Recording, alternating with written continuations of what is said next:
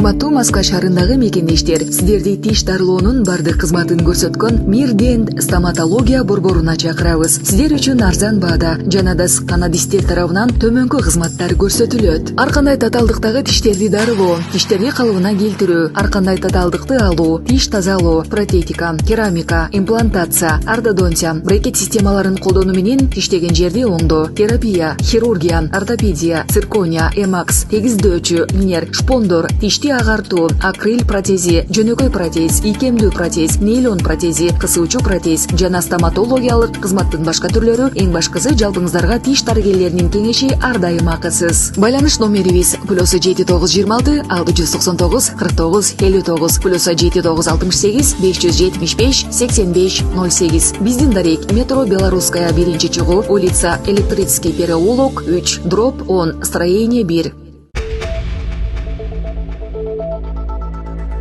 АКШ Путиндин өзөктүк куралга жол берилбестиги жөнүндө сөздөрүн олуттуу кабыл алган. АКШ Россиянын президенти Владимир Путиндин өзөктүк куралды колдонууга жол берилбестиги жөнүндө сөздөрүн олуттуу кабыл алды. Бул тууралуу Америка президентинин атайын жардамчысы, улуттук коопсуздук кеңешинин улук директору Пранай Вади РИА Новостиге билдирген. Албетте биздин кабарыбыз бар. Биз Россия лидеринин президентинин айткандарын олуттуу кабыл алабыз деген Вади.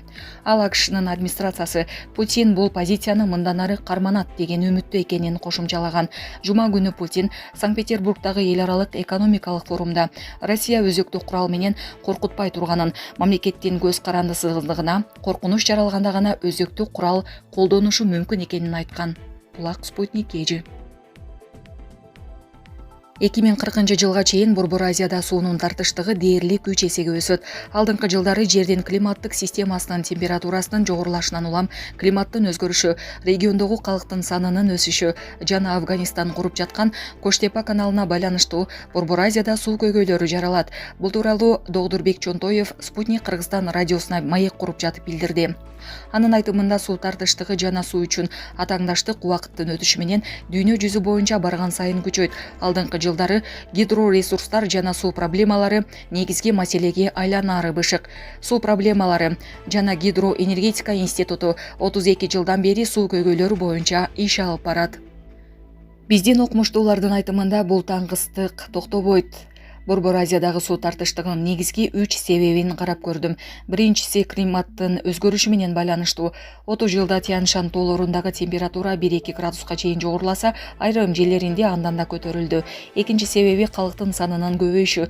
Бул факторда абдан маанилүү ролду ойноп, керектөөнүн көлөмүн өзгөрттү. Ал эми үчүнчүсү геосаясий абал курчуп турган учурда Афганистан Коштепе каналын куруп жатат. Бул долбоордун айынан кийин маселе жаралышы ыктымал. Негизи 2040 жылга чейин Борбор Азияда суунун тартыштыгы дээрлик 3 эсеге өсөт, деди Чонтоев. Ошондой эле ал Борбор Азиядагы өлкөлөр сууну туура пайдалануу, бөлүштүрүү боюнча иштеши керектигин кошумчалады.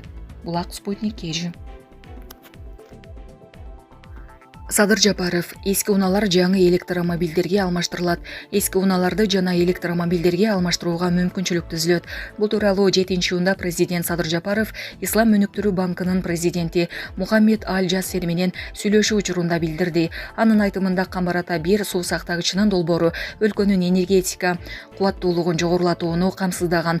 Ошондой эле аталган суу сактагыч коңшу өлкөлөргө да электр энергиясын экспорттоого мүмкүндүк берген эри инвестициялык долбоор болуп саналат. Аталган суу сактагычынын долбооруна катышууга Ислам өнүктүрүү банкы да чакыртылды. Ага ылайык Ислам өнүктүрүү банкынын президенти Мухаммед Аль-Джассер Кыргызстандын экономикасы өнүгүп келе жаткандыгын айтты.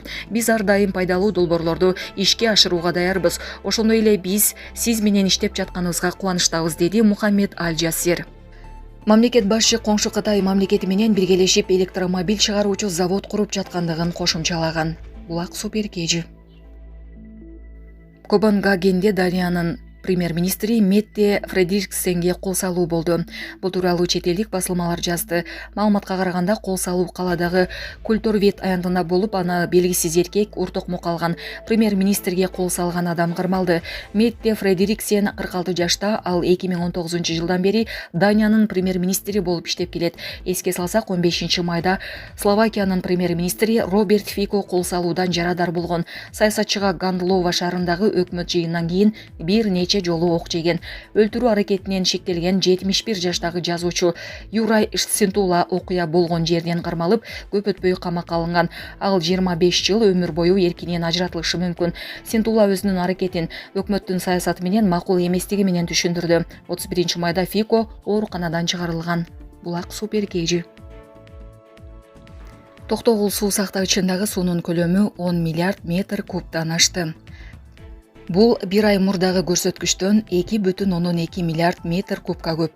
Электр станциялар ишканасынын сайтындагы маалыматка ылайык, бүгүнкү күнү суу сактагычка секундасына 765 метр куб суу агып келсе, 425 метр куб суу агып чыгууда. Былтыр ушул күнү суунун көрсөткүчү 8,7 миллиард метр куб болгон. Быйыл марттын башында Токтогул суу сактагычындагы суунун көлөмү 7,5 миллиард метр кубка чейин төмөндөгөн. Өкмөт электр энергиясын берүүнү бир нече күнгө чектеп, керектүү лимитин төмөндөткөн. Токтогул суу сактагычына 19 миллиард метр кубтан ашуун суу батат. Мындай көлөмдөгү суу акыркы жолу 2010 жылы чогулган. Суу сактагыч Нарын дарыясына курулган. Ага Көкөмерен, Чычкан, Узун Акмат, Таркент жана башка дарыяларда куят. Электр энергиясынын баасы былтыр 1-июнда көтөрүлгөн. Өкмөт тариф жыл сайын инфляциянын ченемине жараша өсүп турарын билдирген. Ага ылайык быйыл 1-майдан тарта баалардагы кымбаттап айына 700 киловатт саатка чейин электр жарыгын керектегендер жана бийик тоолуу жана алыс каймактарда жашагандар үчүн 11 тыйынга, андан көп жаккандарга 23 тыйынга өстү. Электр кубатын чектөөсүз пайдалангандарга 1 киловатт саат электр энергиясы 35 тыйынга кымбаттады. Булак Азаттык.